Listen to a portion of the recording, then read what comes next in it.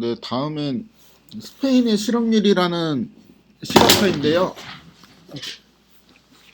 어, 이후의 내용이 그 좀 간단합니다. 요 B 같은 경우는 원래 있는 시각화 그림 있죠. 그러니까 요게 이제 조금 그 부적절하다.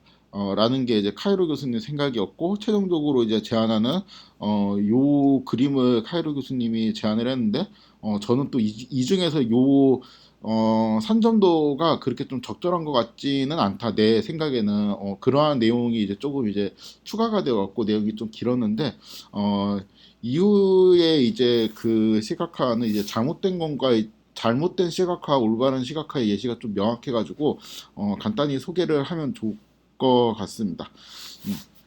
그래서 내용이 이제 되게 그 1차원적이에요. 그러니까 요건 잘못된 거, 요건 이제 잘된 거, 이런 식으로 이제 소개를 하도록 하겠습니다. 그 스페인의 실업률이라는 자료인데요. 스페인에 이제 여러 가지 그 구역들이 나누어져 있고, 어떤 구역은 이제 실업률이 이제 되게 높고, 어떤 구역들은 실업률이 낮고, 뭐 이러한 식인데, 여기 진하게 표시된 부분이 이제 실업률이 높고, 그 다음에 그렇지 않은 부분은 이제 실업률이 이제 상대적으로 이제 낮고, 그러한 상황입니다. 어, 이 시각화가 이제 좀그 잘못됐다라고 이제 비판하는 점은 요렇게 이제 크기 비교를 하는 거 있죠. 크기 비교를 하는 게 이제 중요한 시각화인데 이 크기 비교를 지금 우리가 어떤 명암으로 그러니까 이 알파 값으로 크기 비교를 지금 하고 있는 거잖아요.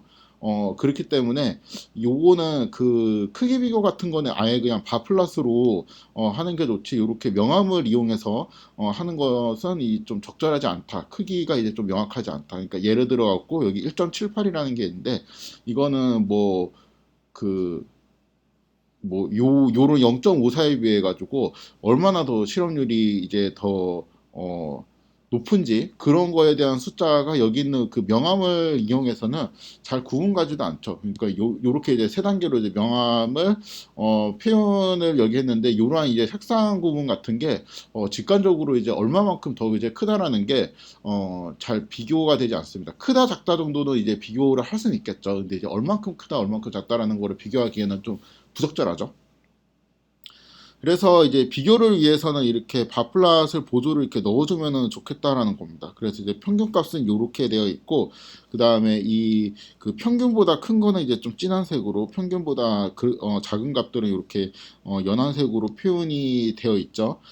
그래서 이제 여기 있는 위에 그림이 이쪽 밑에 이렇게 왼쪽에 작은 그림으로 이제 들어가 있고, 그 오른쪽에 이제 각 구들에 대한 이제 실업률은 좀 더 이제 정확한 바플랏에 대한 이제 숫자로 이렇게 이제 표현이 되어 있죠. 그래서 이게 좀 더 이제 사람들이 이해하기에 좋은 시각화다.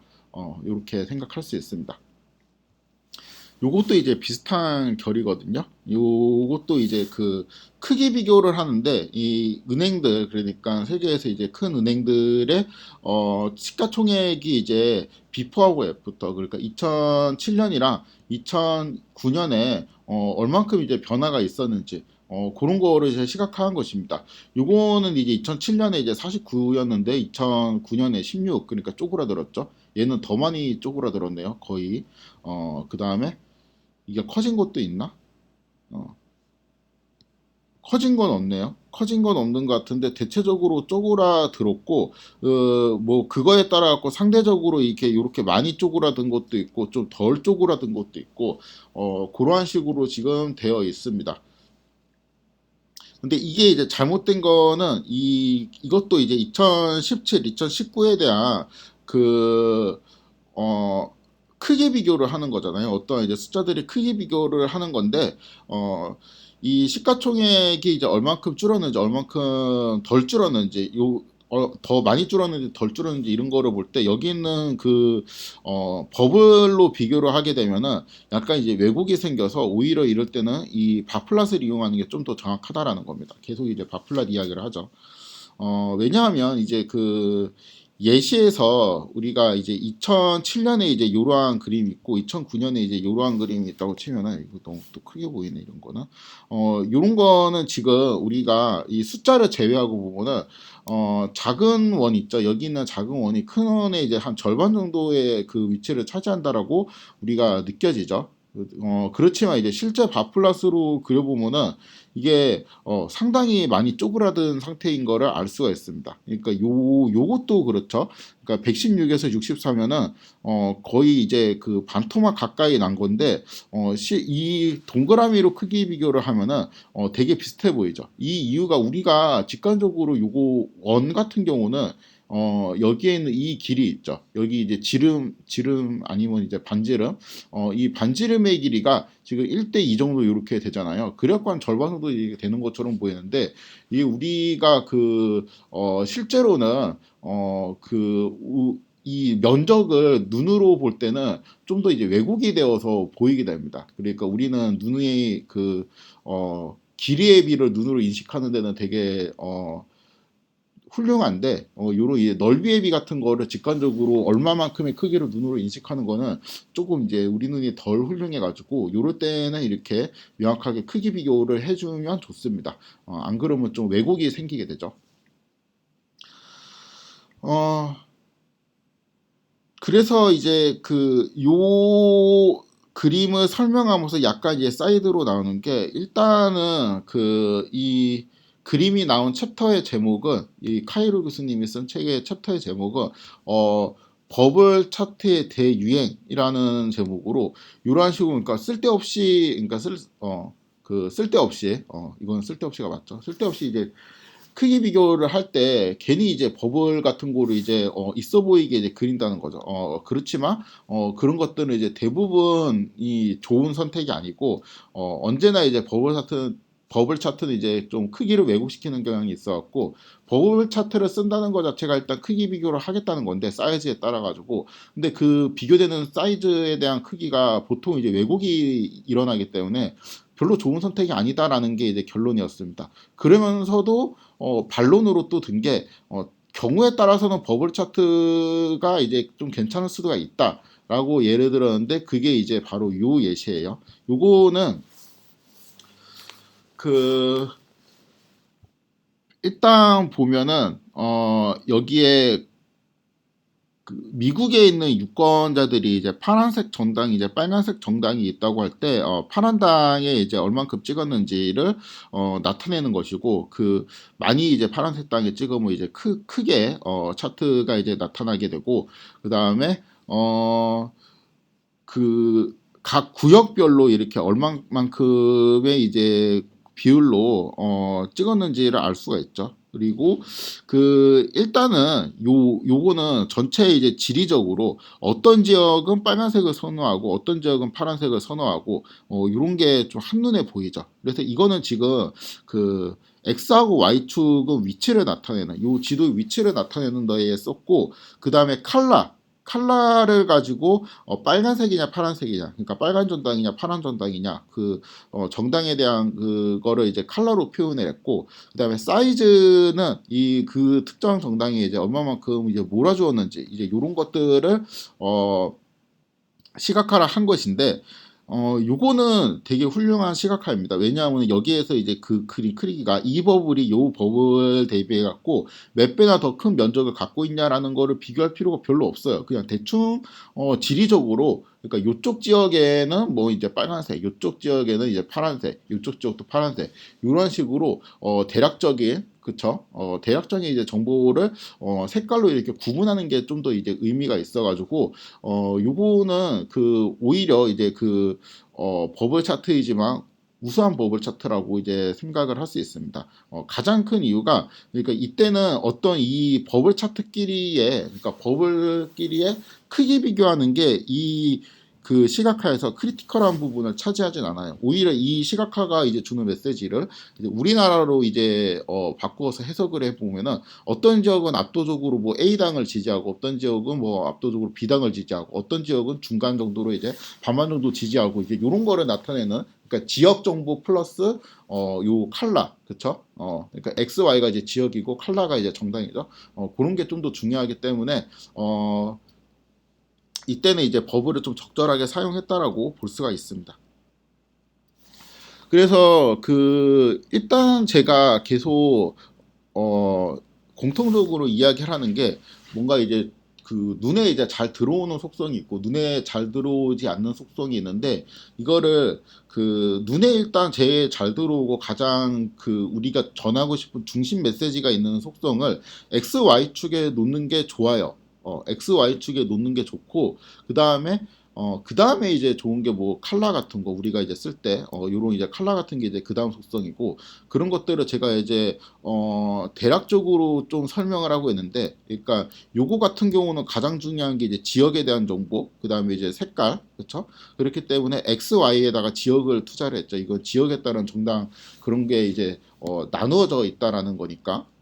요거는 그 크기 비교가 이제 중요하죠. 그러니까 이 2007년에 얼마의 숫자이냐, 2009년에 얼마의 숫자이냐, 요런 크기 비교가 중요한데, 이 크기 비교를 지금 사이즈로 표현을 했죠. 그러니까 가장 이제 좋은 속성은 XY인데 XY를 쓰지 않고 가장 우리가 중심적인 메시지를 전달해야 되는 것에 그 포인트의 사이즈를 가지고 전달을 하니까 요거는 좀 좋은 선택이 아니다. 그다음에 요것도 이제 크기 비교가 매우 중요한데, 그 크기 비교가 여기는 그 알파로 표현이 되어 있는 거죠. 그렇죠? 그래서 이제 그 크기 비교를 요거는 이제 x축으로 표현을 한 거고, 요거는 크기 비교가 사이즈로 되어 있는 거를 그 크기 비교를 요것도 이제 x축으로 표현을 한 것이죠. xy로. 그래서 우리가 이제 알파나 사이즈 요런 거보다 xy가 좀 더 중요한 속성이다라는 메시지를 전달을 하고 있습니다. 이것도 마찬가지죠. 이렇게 이 x, 그러니까 요거는 이제 y를 가지고 뭔가 이제 y축의 길이를 가지고 크기 비교를 하는 건데, 이것들이 이제 좀 그 정렬되어 있는 상태로 x, y가 이렇게 정렬되어 있는 상태로 요렇게 해야지 사람들이 더 인식하기 쉽다라는 건데, 이런 것들을 좀 정리를 한 게 있어요. 이러한 그 사람들이 인식하기 쉬운 정도 그런 것들을 정리하는 게 요거입니다. 그러니까 제가 그냥 간단하게 좋은 심미성 속성들이라고 했는데, 일단 여기 위에 있는 거, 여기 위에 있는 게 이제 가장 좋습니다. 그러니까 x, y로 표현이 되는데, y다 이제 x가 그 공통된 스케일을 갖고 있으면은 그러니까 그 사람들이 크기 비교를 하기에 되게 용이합니다. 그 다음에 그 X하고 뭔가 이제 여기 Y가 이제 각각 그래프가 있는데 그 포지션이 이제 좀 깨진 거, 그 다음에 요런 거는 이러한 그룹핑도 이제 없는 요러한 것들인데, 일단 이쪽은 다 이제 바플라 계열이죠. 그러니까 요런 것들이 크기 간의 비교를 할 때 이제 되게 좋은 속성이고, 그러니까 우리가 기본적으로 이런 것들이 이제 XY 쪽에 투자를 하게 되면은 말하고자 하는 메시지가 좀 명확해지겠죠.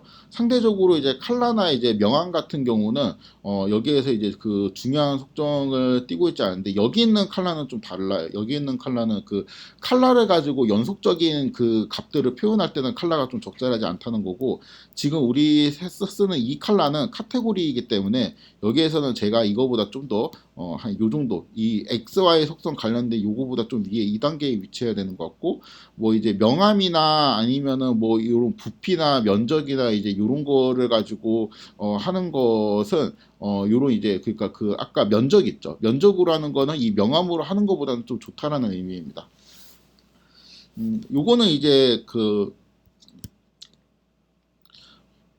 제가 이제 100% 동의하는 이 기준은 아니고, 여기 이제 위에가 눈으로 이제 판단할 때 이제 좋은 속성, 여기 이제 밑에 갈수록 이제 나쁜 속성인데, 요거는 이제 그 연구 결과가 있어요. 그래서 이제 연구 결과가 있고, 이것들은 이제 연속형 자료들을 어떠한 속성으로 표현할 때 사람들이 잘 인식하냐를 이제 조사를 한 거고, 우리는 이제 보통 이제 다양한 시각화라면 이렇게 또 범주로 있을 때는 저는 여기 있는 그 칼라가 되게 위쪽으로 또 올라간다고 생각하기 때문에 이거는 그 뭐 100% 이제 달달 외우면서 써야 될 건 아니고, 대충 우리가 감을 좀 잡기 위해서 제가 소개를 소개를 했습니다. 위로 갈수록 좋고, 그러니까 이 메시지로 따르면은 여기 있는 요거는 지금 길이를 가지고 숫자들을 비교를 하고 있죠. 요거보다 요게 좀 더 안 좋고, 그렇죠? 요건 이제 넓이를 갖고 비교를 하고 있으니까 요게 좀 더 안 좋고, 요거보다 이제 얘가 좀 더 안 좋다.